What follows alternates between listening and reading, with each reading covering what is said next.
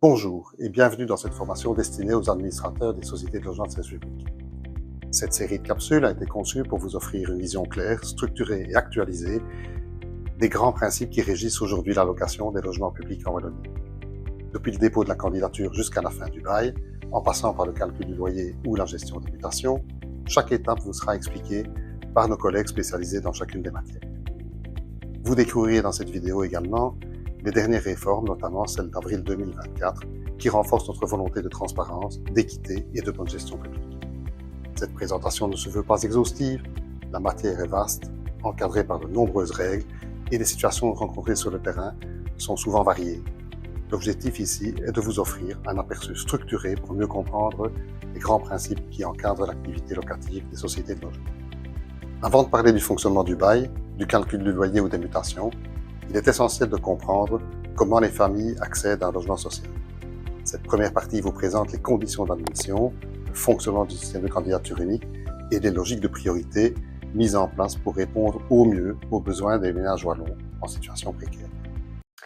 Nous allons donc dans cette partie explorer les principales étapes et conditions liées à l'admission et à la candidature pour un logement social. Il est important de rappeler que toute personne souhaitant bénéficier d'un logement social doit satisfaire deux conditions principales.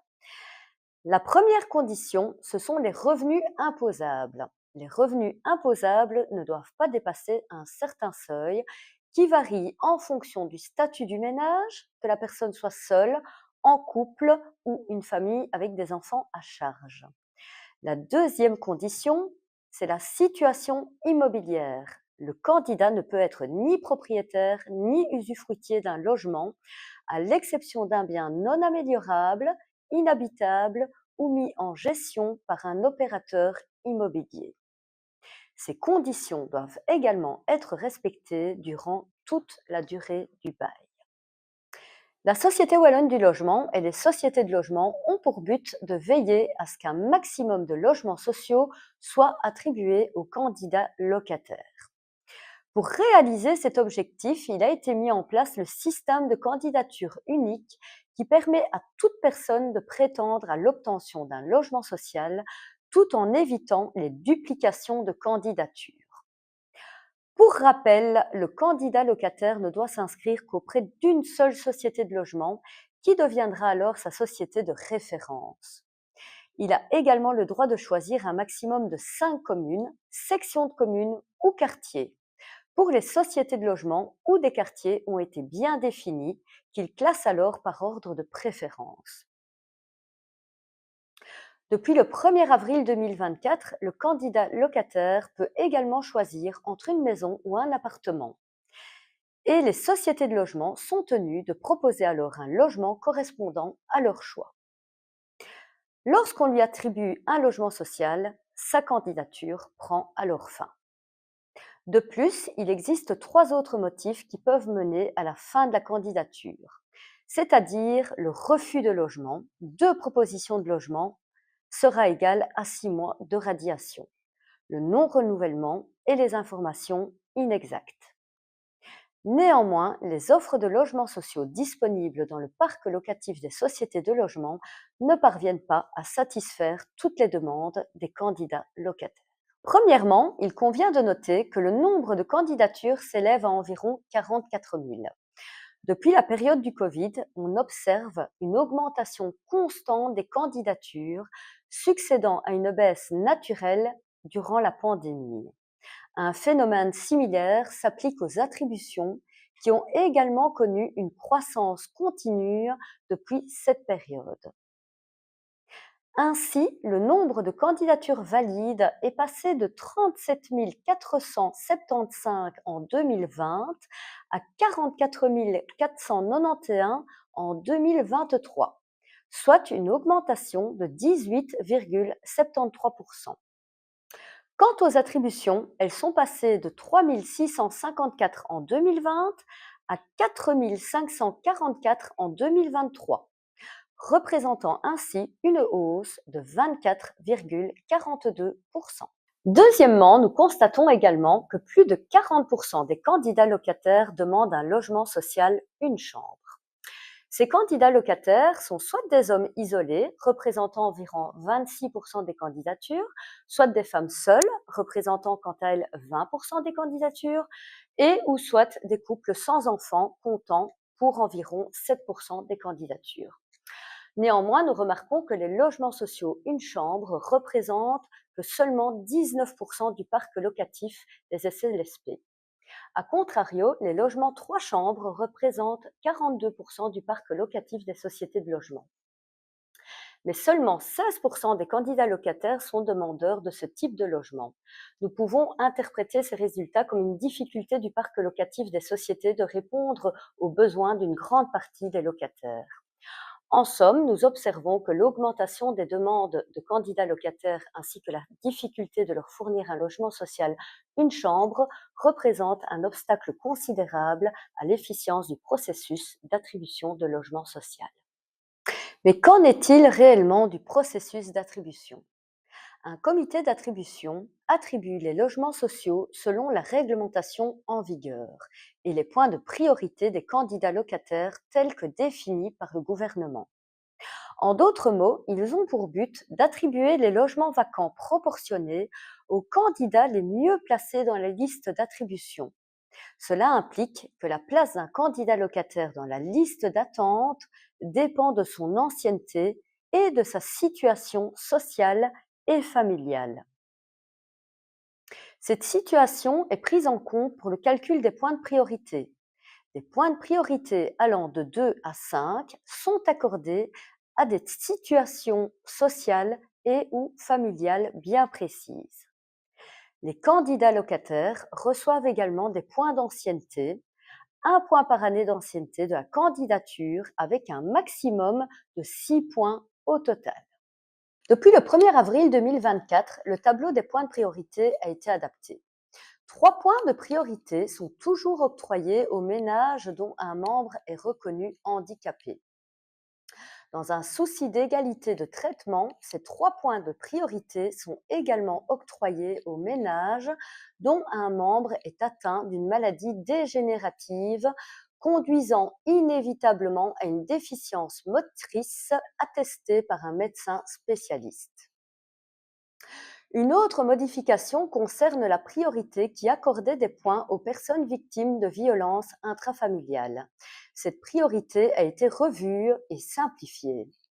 L'obligation d'être sans abri et d'avoir quitté son logement dans les 3 mois qui précèdent l'attribution du logement ont été supprimées. De plus, désormais, les attestations provenant d'institutions spécialisées dans les violences intrafamiliales sont également acceptées. Les sociétés de logement se fondent sur l'analyse effectuée par l'organisme qui atteste les violences intrafamiliales. Un modèle d'attestation a d'ailleurs été rédigé afin de faciliter la tâche à ces institutions. À partir de cette pratique, des données analytiques révèlent que dans la catégorie des situations vécues par le ménage en matière de logement, la situation de sans-abrisme représente 8,38% des points accordés aux candidats locataires. Il s'agit du taux le plus important dans cette catégorie. En ce qui concerne la catégorie situation personnelle du ménage, le taux le plus élevé est celui des personnes ayant des revenus inférieurs aux revenus modestes et issus en partie du travail qui atteint 23,78%. Par ailleurs, dans le graphique, nous pouvons remarquer qu'entre 2016 et 2020, plus de 40% des candidats locataires ne possèdent pas de point de priorité. De façon logique, les ménages n'ayant pas de point de priorité sont largement sous-représentés au sein des attributions. Ils représentent 13 à 15% de celles-ci sur la période de 2015 à 2019. Notons que les candidats bénéficiant de priorité sont largement surreprésentés dans les attributions par rapport aux candidatures. D'après ces chiffres, il apparaît qu'il est de plus en plus nécessaire de bénéficier de points de priorité pour espérer obtenir un logement social. En Wallonie, pour tout type de ménage confondu, l'âge moyen des candidatures s'élève à 1 an, 9 mois et 17 jours en 2020. L'attente avant attribution est quant à elle un peu plus longue, 1 an, 11 mois et 19 jours en 2019. Toutefois, si nous portons notre attention sur les délais d'attente avant attribution concernant les candidats locataires reconnus comme handicapés, nous pouvons constater que ce dernier est supérieur à 2 ans. Il dépasse largement la moyenne définie antérieurement. Ce résultat peut s'expliquer par la faible présence de logements adaptés pour les personnes handicapées dans les parcs locatifs des sociétés de logement. Il paraît bon de préciser qu'il existe une exception qui vise à attribuer en priorité les logements adaptés aux personnes porteuses d'un handicap ou atteintes d'une maladie dégénérative avec déficience motrice. Le logement adapté concerné doit être attribué à un ménage comptant au moins un membre dont le handicap ou la maladie dégénérative nécessite les aménagements présents dans ce logement. Le formulaire de candidature unique a d'ailleurs été adapté afin que les personnes en situation de handicap ou de maladie dégénérative puissent indiquer la nécessité des aménagements indispensables au regard de leur pathologie. Ces indications doivent être justifiées par un document émanant d'un médecin spécialiste. Cette modification a pour but d'octroyer un logement adéquat aux besoins du ménage concerné en anticipant les difficultés que celui-ci rencontrera de manière certaine et dès lors d'éviter les demandes de mutation pour cause de logement inadapté. Précisons également que l'AVIC développe actuellement un projet pilote avec plusieurs sociétés de logement afin de dégager, sur la base d'une expérimentation en grandeur réelle, les modalités d'attribution les plus pertinentes pour rencontrer les besoins de ce public bien spécifique. Les résultats de ce projet intitulé Convergence, encore en cours de développement, pourront, une fois ces conclusions connues, alimenter la pratique des sociétés de logement, voire suggérer les éventuelles adaptations réglementaires ultérieures qui s'avéreraient alors indispensables. Mais que pouvons-nous faire lorsque la règle des points de priorité ne tient pas compte de certains cas exceptionnels ? D'une part, nous pouvons avoir des difficultés d'urgence sociale, comme par exemple l'incidence grave de la situation de sans-abri sur la santé mentale et ou physique de la cellule familiale. D'autre part, nous pouvons être face à des situations de cohésion sociale, comme par exemple un ménage en difficulté de logement qui, pour des raisons démontrées, ne peut être privé du suivi d'un réseau d'aide et de soins dont le territoire d'action est limité. Dès lors, dans ce type de situation, la société de logement peut déroger à l'ordre d'attribution pour des raisons d'urgence ou de cohésion sociale. Enfin, certaines situations à caractère imprévu ou bien imprévisible peuvent également être perçues comme des cas de force majeure. À ce moment-là, la société de logement a le droit de déroger à l'ordre d'attribution pour cas de force majeure attesté alors par le bourgmestre. Maintenant que nous avons vu comment les logements sociaux sont attribués et acquis, intéressons-nous à ce qu'il se passe ensuite pour les locataires, car leur situation évolue et il convient de leur attribuer un logement répondant à leurs besoins. C'est ici qu'intervient la logique de la mutation. La mutation, concrètement, c'est le transfert d'un logement social à un autre. Pendant le cours du droit d'habitat, le ménage du locataire peut vivre des transformations diverses. Le nombre de personnes qui le composent, leur âge, leur état de santé ou plus simplement leur situation personnelle. Tout cela peut changer avec le temps. L'idée est de permettre aux locataires de migrer vers un logement plus en adéquation avec leurs besoins actuels, en termes de nombre de chambres, d'adaptation à leur état de santé ou de localisation.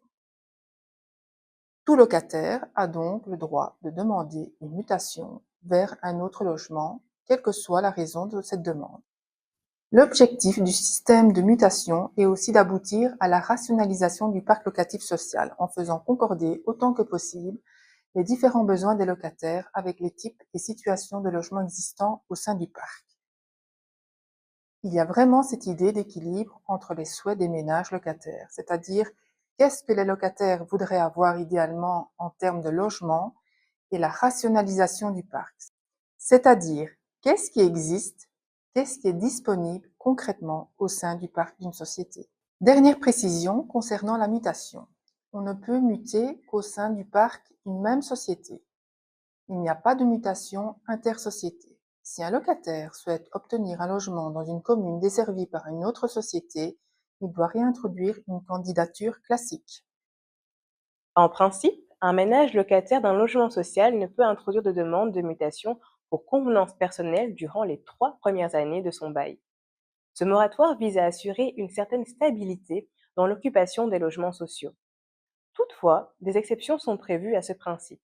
Une mutation peut être accordée avant la fin de ces périodes de 3 ans si la demande repose, premièrement, sur des motifs d'urgence et de cohésion sociale nécessitant un relogement rapide. Deuxièmement, des raisons médicales avérées lorsqu'un locataire présente des problèmes de santé justifiant un besoin d'accessibilité spécifique attesté par un médecin spécialiste. Ces dispositions permettent de concilier la stabilité locative avec la prise en compte des situations particulières nécessitant un relogement adapté. Les différentes demandes de mutation sont accordées selon un ordre fixé par l'arrêté du gouvernement wallon du 6 septembre 2007. Pour résumer, il y a des mutations qui sont considérées comme prioritaires. Il s'agit des mutations demandées par, premièrement, des personnes handicapées ou, depuis la réforme du 1er avril 2024, par des personnes atteintes d'une maladie dégénérative avec déficience motrice. Deuxièmement, des personnes âgées. Troisièmement, des personnes qui occupent un logement non proportionné par rapport à leur composition de ménage. Et à côté de celles-là, il y a des mutations non prioritaires qui sont plus de convenance personnelle. Par exemple, si un locataire occupe un appartement et souhaite une maison, il peut le demander. Ce sera une demande de mutation pour convenance personnelle. S'il y a plusieurs demandes au sein d'une même catégorie, la priorité revient à la demande la plus ancienne. Il existe toutefois des possibilités de déroger à cet ordre de priorité, soit pour des motifs d'urgence ou de cohésion sociale, soit pour des raisons médicales afin d'obtenir un logement présentant des facilités d'accès quant à sa structure ou sa localisation. Cela permet au locataire qui a demandé une mutation pour convenance personnelle, qui n'est en principe pas prioritaire, de remonter un peu plus haut dans la liste. Pour faire valoir une telle dérogation, le locataire devra fournir à la société un dossier motivé par tout document probant. Depuis le 1er avril 2024, suite à la dernière réforme locative, les demandes de mutation en raison de problèmes médicaux doivent désormais être justifiées par une attestation provenant exclusivement d'un médecin spécialiste. L'attestation médicale doit respecter 3 critères. La première, émaner d'un médecin spécialiste. La deuxième, indiquer que la personne est atteinte d'une maladie dégénérative. La troisième, mentionner que cette maladie conduira inévitablement à une déficience motrice. Il existe un modèle d'attestation qui a été rédigé afin de faciliter la tâche des médecins et des demandeurs. Si le locataire refuse une seule proposition de logement, sa demande de mutation sera radiée et il ne pourra en déposer une autre qu'après un délai de 6 mois. Le locataire peut cependant demander une dérogation à cette radiation en expliquant les motifs de son refus. C'est l'organe compétent de la société de logement qui décidera d'accorder ou pas la dérogation. La location d'un logement d'utilité publique, c'est aussi encadrer la relation contractuelle entre la société et le locataire. C'est le rôle du bail social. Voyons ensemble les spécificités, les obligations et les évolutions que ce bail a connues. Dans cette partie, nous allons aborder le bail social, en particulier son fonctionnement, ses obligations et la façon dont il évolue. Lorsqu'un candidat locataire se voit attribuer un logement social et qu'il l'accepte, il devient à ce moment-là locataire et signe avec la société un bail social. Le bail, c'est quoi? C'est le document qui contient les droits et obligations respectives du bailleur, en l'occurrence la société de logement, et le locataire. Dans le cas du bail social, il existe un contrat type de bail qui se trouve en annexe à l'arrêté du gouvernement wallon du 6 septembre 2007 qui organise la location des logements gérés par les sociétés de logement de service public. Il s'agit donc d'un instrument réglementaire. Les sociétés doivent suivre ce bail type. Il s'inspire de ce qui existe dans les baux privés. Il y a des similitudes, mais aussi pas mal de différences, puisque le bail social contient des obligations particulières, tantôt à charge de la société, tantôt à charge du locataire, qui sont liées à l'aspect social du bail.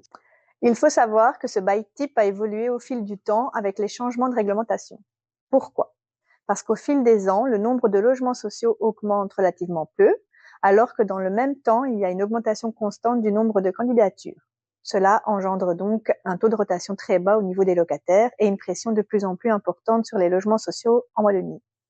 Il est donc essentiel que la réglementation locative sociale soit adaptée en conséquence. Le résultat de ces changements de réglementation, c'est qu'actuellement, on retrouve différents baux types qui coexistent au sein du parc locatif social en fonction de la date à laquelle les locataires sont entrés dans leur logement et ont signé leur bail. Donc, chaque fois qu'on est face à une situation particulière, il faut toujours bien se référer au contrat de bail qui a été effectivement signé par le locataire, car celui-ci peut être différent du bail type en vigueur actuellement. Par exemple, la principale différence entre les versions successives du bail social dans le temps réside dans la durée du bail social. Alors, au départ et jusqu'en 2008, le bail social avait une durée indéterminée. On est passé entre 2008 et 2013 à un bail de 9 ans et depuis 2013, c'est un droit d'habitat de 9 ans renouvelable. Concrètement, quelle est la différence entre un bail de 9 ans et un droit d'habitat de 9 ans ? Le droit d'habitat, c'est le droit d'habiter un logement public pendant une durée de 9 ans en vertu d'un ou plusieurs baux, sans pour autant que le bail porte sur le même logement. Alors que le bail de 9 ans, lui, il porte sur un logement bien précis. Cela signifie qu'actuellement, comme on est sur un droit d'habitat, en cas de mutation par exemple, donc ce changement de logement en cours de bail, on y reviendra, il y a un nouveau bail qui est conclu pour la durée restante du droit d'habitat. Ce n'est pas un nouveau bail de 9 ans qui est conclu. Le bail type actuellement en vigueur reprend notamment les éléments suivants. L'obligation d'occupation personnelle du logement en tant qu'habitation privée par le locataire, le droit d'habitat de 9 ans, on en a déjà parlé, qui est renouvelable par période de 9 ans à chaque fois, l'interdiction pour le locataire de céder le bail ou de sous-louer le logement, l'obligation pour le locataire de respecter le règlement d'ordre intérieur. Petite parenthèse sur le règlement d'ordre intérieur, il s'agit d'un document rédigé par la société, signé par le locataire en même temps que le bail et annexé à celui-ci. La société peut y intégrer des obligations particulières à charge du locataire. Elle dispose à ce niveau-là d'une certaine marge de manœuvre. Attention toutefois, le règlement d'ordre intérieur ne peut pas comporter de dispositions contraires au bail type ou à la législation relative au bail en général. Et enfin, l'obligation pour le locataire d'informer la société en cas de changement de sa situation patrimoniale et ou financière en cours de bail. Si ces deux derniers points ne sont pas respectés, cela peut entraîner la fin du bail. En effet, si le locataire ne respecte pas le règlement d'ordre intérieur ou ne respecte plus la condition de non-propriété ou les conditions de revenus en cours de bail, la société peut résilier le bail selon certaines modalités. On y reviendra quand on parlera de la fin du bail. L'idée de cette évolution de la durée du bail social, c'est d'évaluer régulièrement que les locataires en place ont encore la nécessité d'un logement social, et si ce n'est pas le cas, c'est de donner la possibilité à d'autres candidats d'en bénéficier. Les principales évolutions entre les différentes versions du bail type concernent notamment les clauses relatives à la non-propriété. Que se passe-t-il si le locataire devient propriétaire en cours de bail ? Et au décès du locataire, que se passe-t-il en cas de décès du locataire en cours de bail ? Ces ajustements visent avant tout à favoriser un taux de rotation plus élevé des locataires lorsque cela est possible. Bien que d'autres modifications aient été apportées au fil du temps, nous avons choisi ici de mettre en avant les plus significatives. Ainsi, un bail social peut prendre fin dans 3 situations. lorsqu'il est résilié par la société, lorsqu'il est résilié par le locataire ou en cas de décès du signataire du bail. En ce qui concerne le congé donné par la SLSP, les différents contrats de type de baux qui coexistent au sein du parc locatif social prévoient la possibilité pour les SLSP de donner renom au bail pour des motifs bien particuliers, à certains moments du bail, donc soit à tout moment, à la fin d'un triennat ou à la fin du bail, tout en respectant une certaine durée de préavis de 3 à 6 mois selon les cas. Ces différents éléments varient en fonction du contrat type. Il est donc important de toujours se référer aux dispositions contenues dans le contrat qui a été effectivement signé par le locataire. À titre d'exemple, le contrat type de bail actuellement en vigueur prévoit notamment la possibilité de mettre fin au bail lorsque le locataire fournit des déclarations inexactes relatives à sa composition de ménage, lorsque le ménage ne respecte pas les dispositions du bail ou du règlement d'ordre intérieur, lorsque le ménage détient un logement en pleine propriété ou encore lorsque le ménage ne respecte plus les conditions de revenus. En ce qui concerne le congé donné par le locataire, lui, peut mettre fin à tout moment, moyennant un préavis de 3 mois, éventuellement réduit avec l'accord de la société, notifié par lettre recommandée à la société. Le préavis prend cours le premier jour du mois qui suit l'envoi du recommandé. En ce qui concerne le décès du locataire, le bail social est résolu d'office au décès du locataire en titre, c'est-à-dire la personne signataire du contrat de bail. Par conséquent, le bail prend fin au décès du locataire. Le logement doit donc être libre de toute occupation et restitué à la SLSP. La société dresse alors un état des lieux de sortie et établit un décompte de sortie.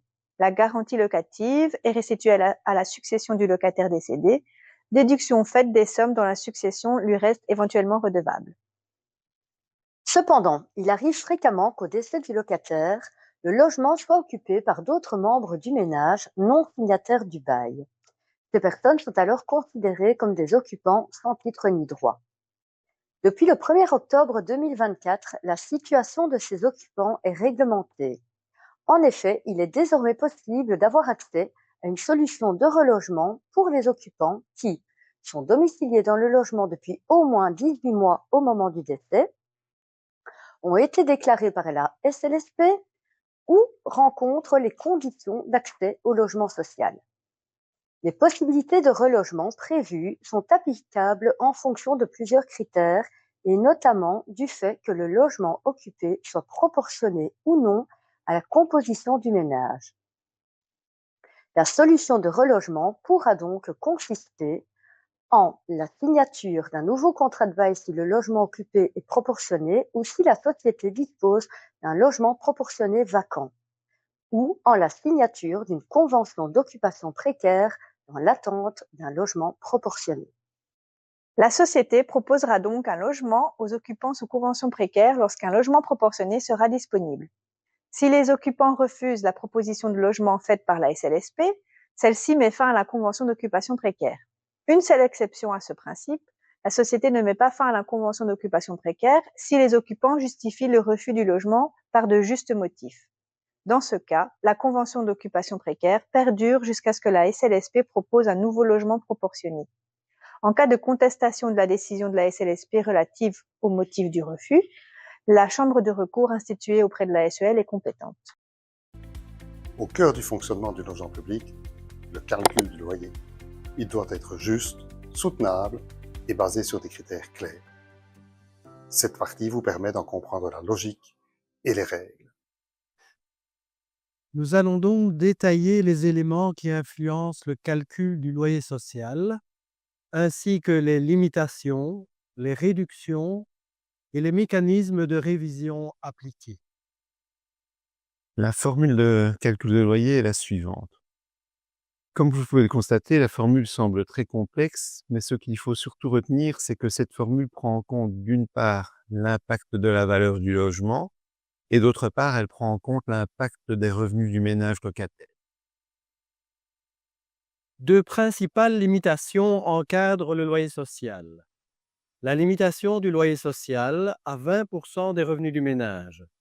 C'est la plus courante, car elle concerne 67% des ménages locataires au 1er janvier 2024. Ensuite, la limitation à la valeur locative normale déterminée par la SLSP. Cette valeur locative normale doit s'approcher du loyer réclamé sur le marché privé pour un logement similaire. Elle concerne 9% des ménages locataires au 1er janvier 2024. Cependant, une situation inverse peut également se produire. Il s'agit du déplafonnement.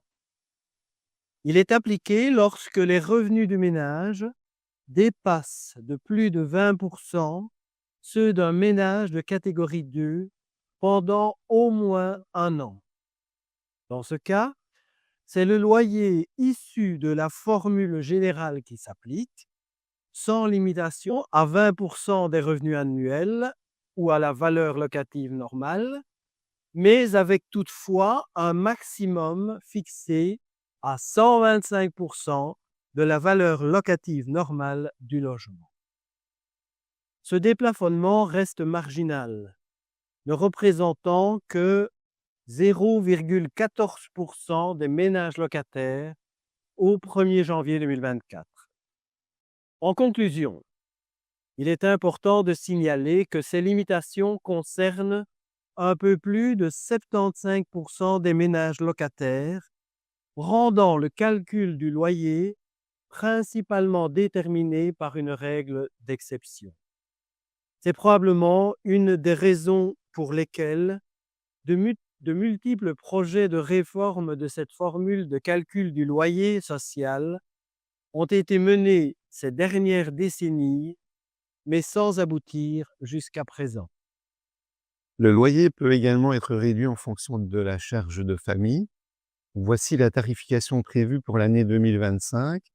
9 € par enfant à charge, 9 € par personne adulte handicapée et 18 € par enfant handicapé ou orphelin à charge. Le surloyer est un supplément appliqué lorsqu'un logement est sous-occupé, c'est-à-dire que la composition du ménage ne correspond pas au nombre de chambres déterminé par les règles du logement proportionné. Voici les montants applicables en 2025. 25 € pour une chambre excédentaire, 60 € pour 2 chambres excédentaires, 100 € pour 3 chambres excédentaires et 150 € pour 4 chambres ou plus. Quelques stats intéressantes concernant le logement proportionné. 46% des ménages locataires occupent un logement proportionné, 34% des ménages locataires sous-occupent leur logement et un peu moins de 20% des ménages locataires suroccupent leur logement. Il faut savoir qu'il existe également un système de dispense de ce surloyer qui est basé sur une demande de mutation vers un logement proportionné. La demande doit porter sur au moins 5 communes ou sur l'ensemble du territoire couvert par la société si celle-ci ne compte pas au moins 5 communes. Le loyer est revu au 1er janvier de chaque année en fonction de l'actualisation de la valeur du logement, de l'évolution de la composition du ménage, de la variation des revenus cumulés des différents membres du ménage. En principe, le loyer s'établit sur les revenus imposables de l'année de référence, soit perçus 3 ans plus tôt. Ces revenus ont en effet été contrôlés par le ministère des Finances et figurent sur l'avertissement extrait drôle correspondant.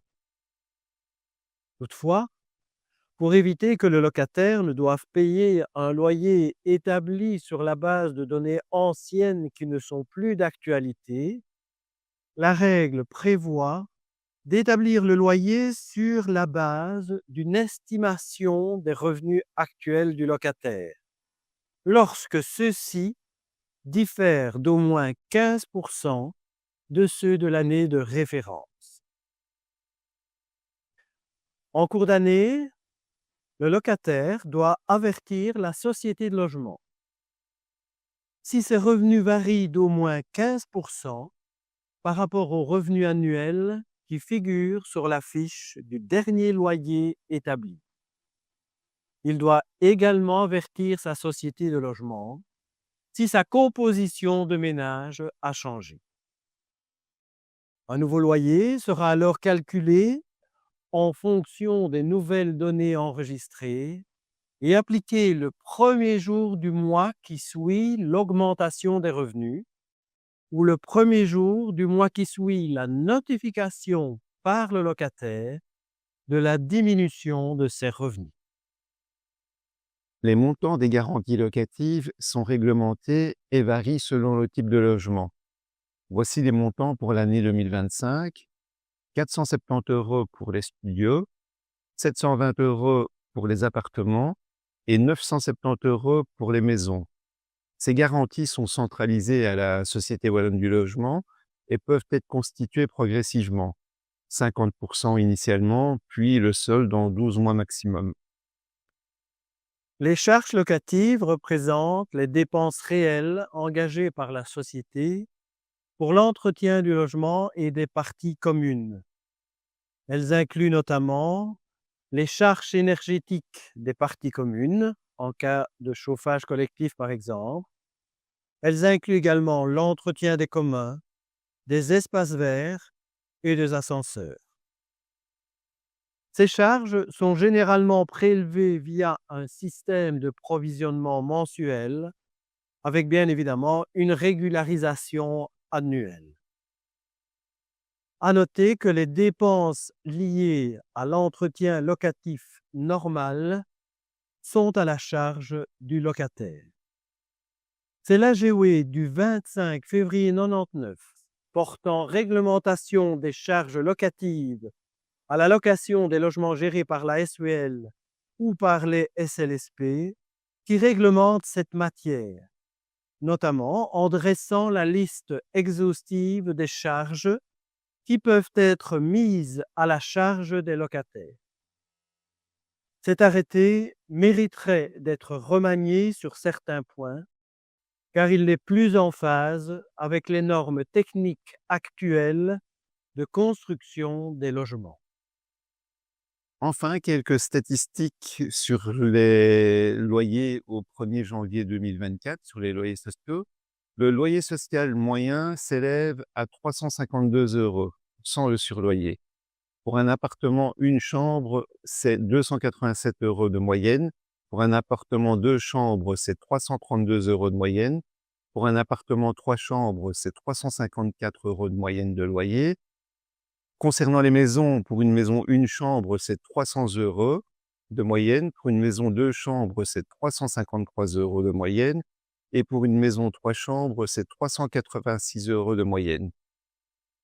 Autre statistique importante, le loyer social moyen est de 356 €, y compris sur loyer, alors que la moyenne des VLN du parc locatif social est de 575 €. Donc, les VLN, ce sont les loyers de référence que le même logement aurait dans le privé. Ce qui signifie que les ménages locataires sociaux bénéficient d'une ristourne moyenne de 38% par rapport au loyer qu'ils auraient payé dans le secteur privé pour un même type de logement. Même sans recherche de bénéfices, rares sont les immobilières ou propriétaires privés qui pourraient se permettre de louer leur logement en appliquant une telle ristourne. Cela représente donc une des aides sociales wallonnes les plus importantes et elle n'est rendue possible que grâce au travail réalisé par les sociétés de logement.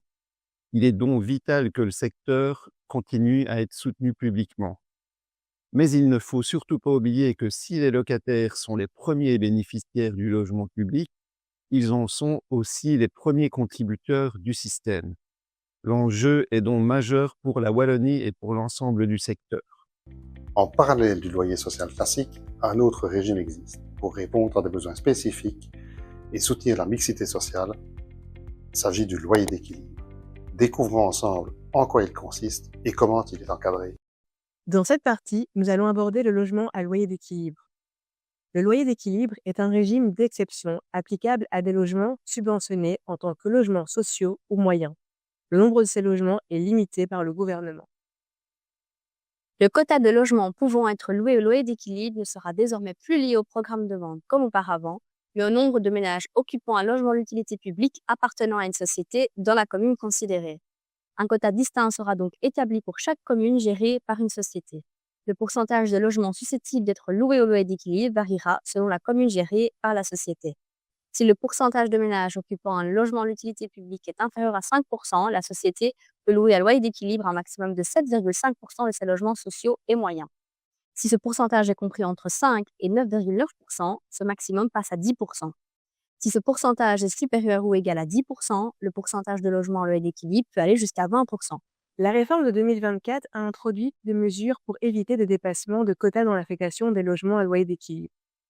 Si un quota est dépassé, la SLSP ne peut prolonger les baux concernés et doit affecter ces logements à des régimes sociaux. Pour déposer sa candidature pour un logement à loyer d'équilibre, les candidats doivent déposer leur dossier auprès d'une société en utilisant un formulaire unique similaire à celui du logement social. La candidature est enregistrée dans un registre spécifique au logement à loyer d'équilibre et les candidats peuvent choisir plusieurs communes. Les sociétés gèrent ces candidatures et les candidats doivent mettre à jour leur dossier en cas de modification de leur situation au niveau de leurs revenus ou de leur composition de ménage. La réforme de 2024 a introduit des changements dans les conditions d'admission pour un logement à loyer d'équilibre. Désormais, un ménage candidat doit appartenir à l'une des catégories de revenus définies dans le Code wallon de l'habitation durable. Autrement dit, les revenus ne doivent pas dépasser le plafond de la catégorie 3, à savoir 69 800 € par an pour une personne isolée, augmenté de 3 200 € par enfant à charge, et 85 100 € par an pour un ménage, augmenté également de 3 200 € par enfant à charge. Le ménage ne doit pas être plein propriétaire ou usufruiter d'un autre logement, sauf si ce dernier est inhabitable, non améliorable ou qu'il est confié en gestion à un opérateur immobilier. Cette règle vise à garantir que ces logements sont attribués aux personnes ayant un besoin réel de logement. Les conditions d'admission doivent être respectées non seulement au moment du dépôt de la candidature, mais aussi tout au long du processus d'attribution et durant le bail. Si les conditions ne sont plus respectées, cela peut avoir des conséquences sur la reconduction du bail. L'attribution des logements à loyer d'équilibre repose sur les candidatures enregistrées. En cas d'absence des candidats, la C de logement doit publier une annonce de vacances du logement pendant au moins 15 jours sur son site internet et d'autres canaux de diffusion. De plus, les candidats doivent respecter un critère de solvabilité. Après déduction du loyer, le ménage doit disposer de ressources supérieures ou égales à 80% du montant du RIS correspondant à sa composition de ménage. Ce critère garantit un loyer adapté aux revenus du ménage afin d'assurer qu'il reste abordable et soutenable financièrement. Le loyer d'un logement à loyer d'équilibre est calculé différemment du loyer social classique. La réforme a supprimé la règle qui imposait que les revenus du locataire devaient être 4 fois supérieurs au montant du loyer. Le loyer est désormais fixé à 95% du loyer minimum défini par la grille indicative des loyers, garantissant qu'il reste inférieur au marché privé tout en apportant des recettes supplémentaires aux sociétés. Les relations entre les logements et les locataires sont régies par le décret du 15 mars 2018 relatif au bail d'habitation, différent du bail type pour le logement social.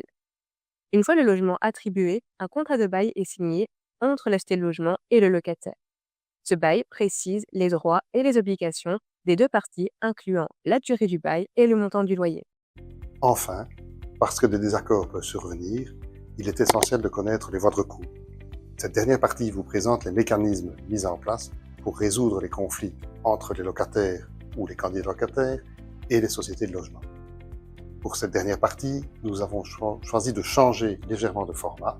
Plutôt qu'une présentation classique, nous vous proposons une interview du président de la Chambre de cour, M. Marchandise. Bonjour Monsieur le Président et merci de nous faire l'honneur aujourd'hui d'être présent pour cette interview.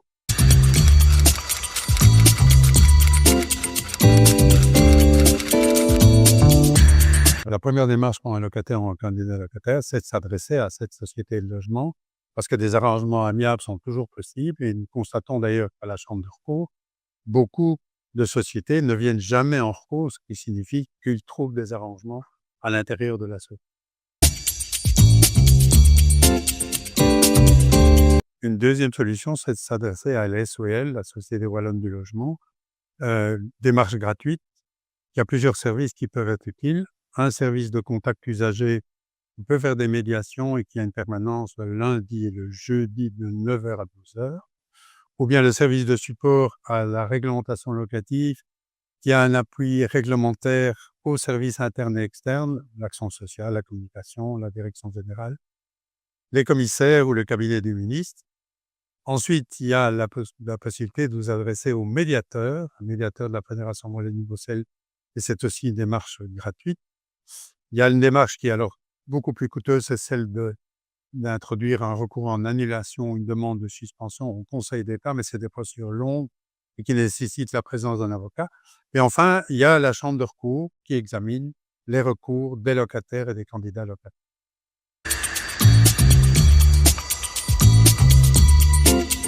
Il y a 3 types de litiges qu'il peut traiter, c'est l'attribution d'un logement, le calcul du loyer ou des charges, l'entretien et la rénovation des logements dans le respect de la réglementation.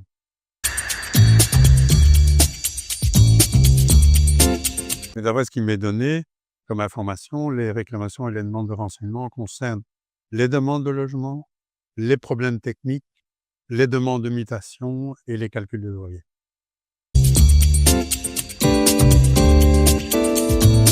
Alors, la chambre de recours a été instituée par l'article 171 bis du Code wallon du logement.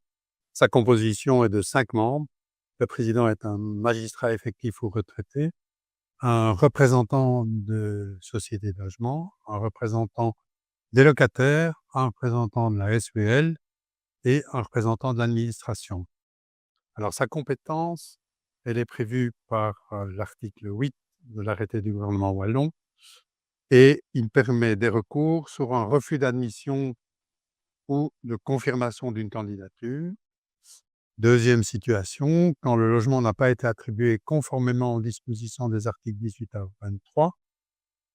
Une troisième situation, c'est la fixation du montant des loyers. Quatrième, c'est la décision d'attribution d'un logement par mutation ou la radiation de celle-ci. Et enfin, c'est pour le ménage qui occupe de manière précaire et qui ne veut pas quitter un bâtiment en application de l'article 41, paragraphe 3.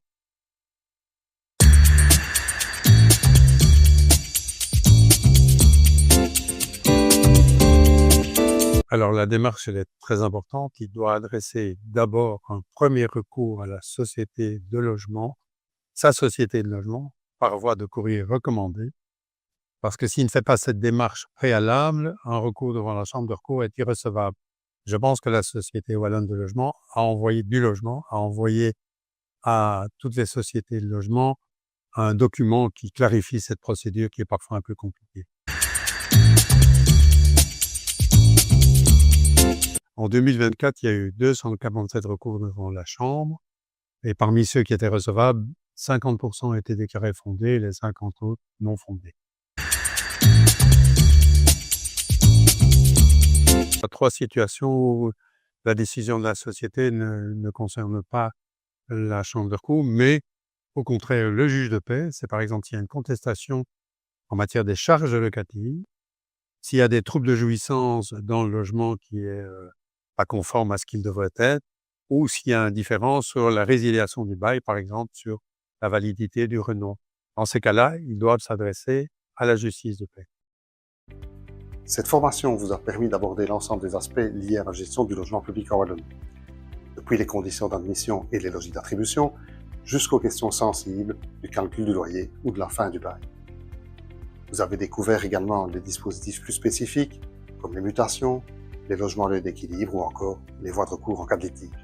À travers ce parcours, nous avons voulu vous transmettre non seulement des outils réglementaires, mais aussi et surtout une compréhension plus fine des enjeux humains, sociaux et opérationnels qui traversent le quotidien des sociétés de logement.